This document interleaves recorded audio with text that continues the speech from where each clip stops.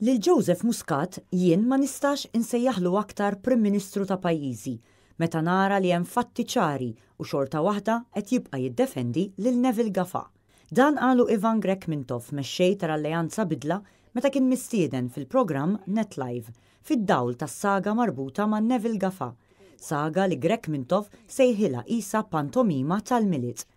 Dan wara li f'dawn l-aħħar jiem ħafna qed jistaqsu l-mistoqsija li sa issa donnu għaliha m'hemmx tweġiba dwar ma' min hu impjegat eżattament Neville Gafà. Dan fid-dawl ta' dikjarazzjonijiet li ħarġu fl-aħħar jiem fejn kemm il-Prim Ministru kif ukoll il-Ministru tas-Saħħa u l-Ministru tal-Affarijiet Barranin kollha qalu li Neville Gafà mhuwiex impjegat magħhom. Kull wieħed minnhom, il-Prim Ministru, għandu biżżejjed affarijiet ħżiena li jkeċċih dak il-ħin stess. Imma mid-dera għadu jaħdem fl-Office of the Prime Minister. Minkejja l-fatt li l-Prim Ministru jgħid li ma jaħdimx hemm.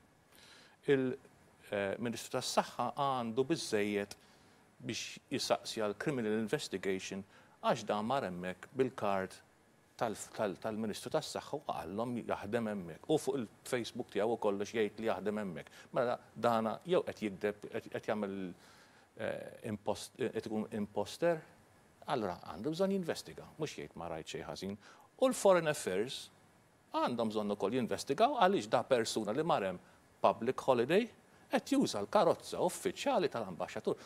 Mintov għal aktar minn darba sejjaħ lil Joseph Muscat bħala l-eks Prim Ministru ta' Malta u jistaqsi x'inhi r-raġuni wara dan l-aġir min-naħa ta' Joseph Muscat. Jidher fiċ-ċar li mhuwiex il-Prim Ministru ta' Malta allura f'dak il-każ għax mhuwiex qed jitħalla ikeċċih. Jew forsi Gafà għandu xi ħaġa fuqu li allura hemm ċertu blackmail nsejħulu hekk li jekk ikeċċih ma naħjekx ċertu affarijiet. Għal Mintov l-iskandlu tal-viżas mediċi mhuwiex l-unika każ li għandu jiġi investigat b'mod serju. Semma wkoll 88,000 viża tax-Schengen li jingħataw mingħajr ma ħadd ma jaf lil min. Barra minn hekk u fatt gravi wkoll li Gafà qed ikun deskritt bħala persona non grata fil-Libja. Huwa l-fatt li l-Libjani qed jgħidu lil Gafà tersa x'iktar lejn il-Libja.